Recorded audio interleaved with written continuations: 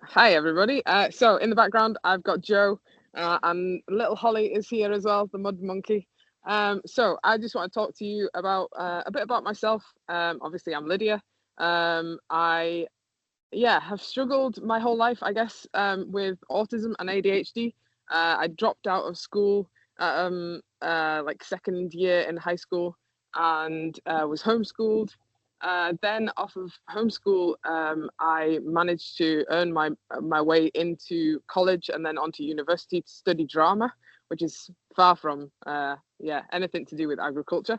But throughout that whole time, I was working on a couple of sheep and dairy farms in Dumfries and Galloway, which was massively influential on what I sort of did throughout the whole of my life, basically. And it's always been about animals. Um, so yeah, after that, I studied blacksmithing, and just really kind of like hands-on. Everything has to be hands-on for myself. So a couple of years after that, I got into a course run by a company called Equiscotia, who do equine facilitated learning training. And so basically I will tell you a bit about that. Equine facilitated learning or equine assisted learning is all about your kind of therapy as such, but not because we're not therapists.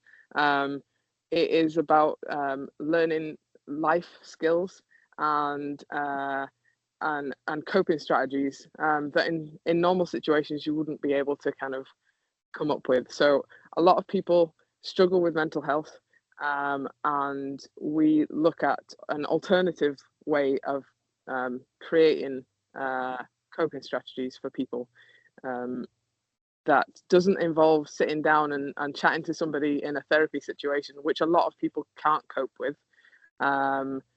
They would rather sort of not look at somebody eye to eye, and having an animal in the situation always makes it a lot easier for myself, I find. And basically we have 7 horses here at Equine Chagall. Equine Chagall means equine, obviously, and then Innis Chagall is the Western Isles. So I'm based up on the Isle of Lewis, and there is very few and far between alternative means of finding help and therapy. It's mostly all online because we're obviously such a small island as such. That everything is online, all ran through the NHS, which they do an amazing job, and there's nothing wrong with them. But having an animal in the situation, it helps take the focus off of what you're struggling with and helps you be very present in the moment, but not feel the pressure of thinking completely just about yourself and what you're really struggling with. So what we do is we try and lead people through sessions where we'll spend about 45 minutes just either hanging out in the field like I am today, and chatting about what the horses are doing. So currently Joe is riddling in a dike in some water. She is playing with the water, which is lovely. So we will chat about what they are doing and how we can equate that to our own lives. So quite a lot of the time, Joe and Holly are very good friends, but there's occasions when Holly and Joe will fall out, and that Joe will tell her how it is. And there's definitely situations in life where you've got the bigger animal, the bigger person, who will tell everybody exactly what they think and how they are doing. Hello, Joanna. So sorry, it's very distracting, Joe. We will look at how their mannerisms are and what they're doing, whether they're blowing out hot air or whether they're rubbing their feet, and we'll just admire what they are doing and think about, how can that equate to us in real life. So yeah, we will run sessions where we have an obstacle course to get through, and we'll think about positives and negatives in a scenario or in a real life situation that people are dealing with. There are so many equine kind of jobs that you can find that are all amazing, and you've got your riding schools, which you can go and do BHS levels so that you can train and teach people how to ride. You've got your racehorse stables where you can go and be a jockey, and you can go and exercise the horses, cleaning out, mucking out for Olympics stables. But what I find with doing equine facilitated learning is that I'm not only working with horses, but I'm working with people, and I'm working with people that are really struggling with things that they just can't in a normal situation talk to somebody about. And with my own personal background, being autism and ADHD, and knowing how much I've struggled, but knowing how much I've actually gained from having a horse or having a dog in my life, it only seems right that I am able to pass that on to other people and enable them to have the experience that I've had throughout my whole life. So yeah, we set up 3 years ago, and we're only just kind of really setting off with doing sessions. We have only just this year passed our course work and gained our diplomas. It's my mum and myself that are running Equine. We rescued 6 ponies and horses 2 years ago, so we've been integrating them into life on the island, which is very much different from life on the mainland. The weather is harsher. Amazingly, today we have blue skies. It's yep. But we've got weather warnings for tomorrow, so it's very sort of hit and miss for them. And yeah, just reintegrating them into being horses, because they'd spent a few years struggling themselves, finding forage and not being cared for properly. And yeah, we had 2 girls that were horses that we brought up originally to the island when we moved up here, and just integrating 6 new horses into the herd. As yeah, it's had its challenges, but they are absolutely loving life. Yeah, we set up in the aim to offer our local community what I know has benefited me, and what we hope will definitely benefit the island.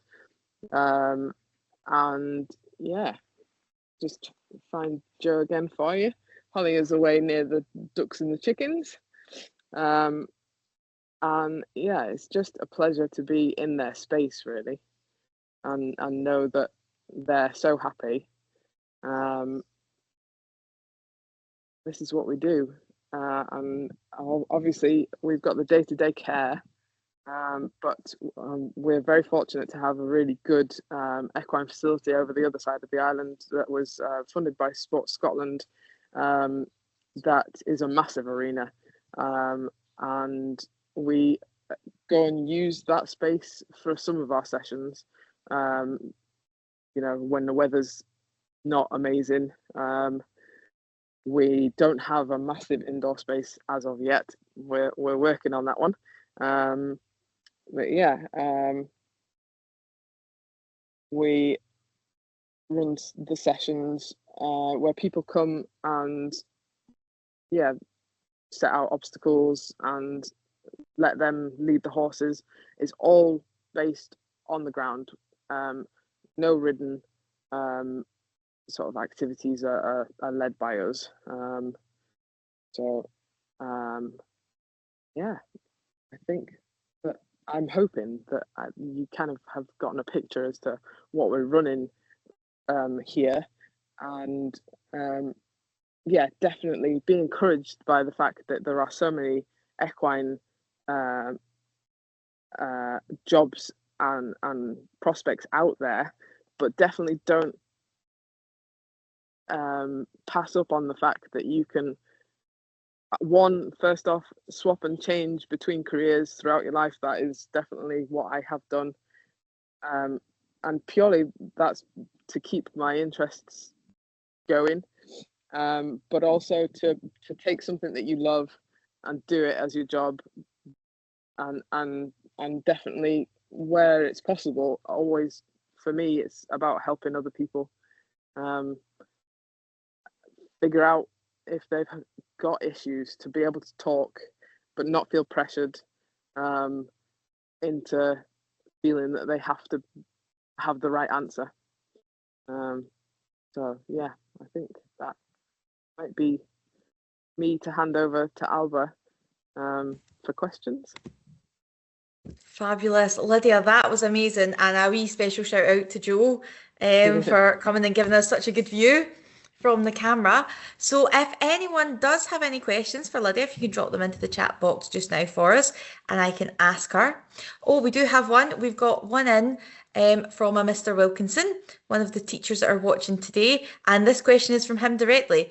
He would like to know, what is the best advice you could give to a young person with autism or ADHD you wish you'd received when starting out looking for a career? Oh, oof, right. One, you don't be afraid. I think, yeah, would have been a massive one. I didn't have my diagnosis for autism until about 4 years ago. So be happy in yourself. Don't worry about what other people are thinking.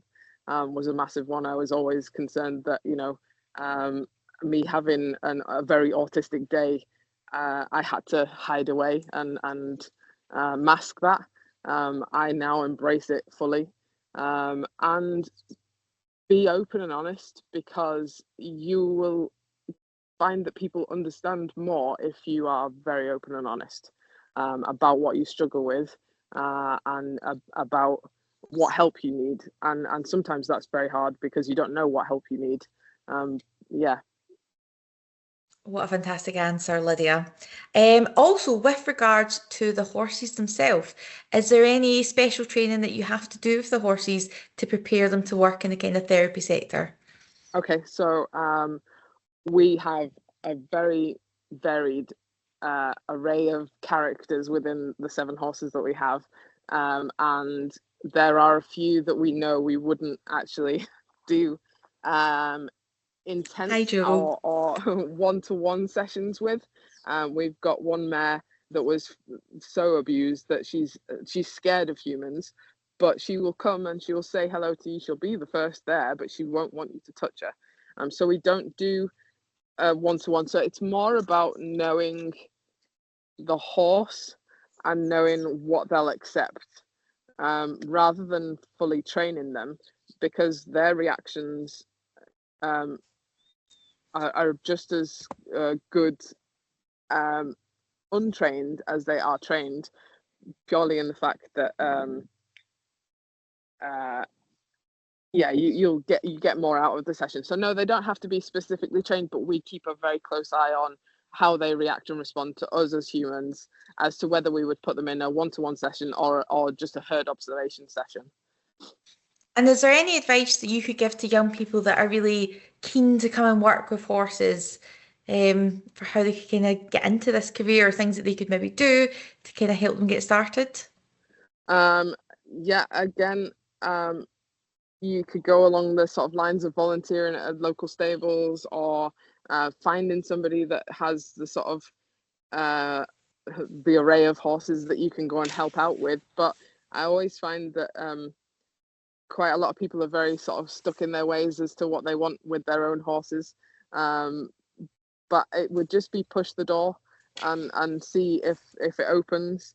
And definitely don't be afraid of asking the question as to whether, yeah, people need help, or Yeah, definitely. Yeah, I think that's. And what would you say, Lydia, is your favourite part of the job? Just being with the horses like this today, where the weather's beautiful and I can just sit in amongst them and they're just happy to mooch around. It's beautiful, really. Just getting to know them and their little characters, because they're also very different.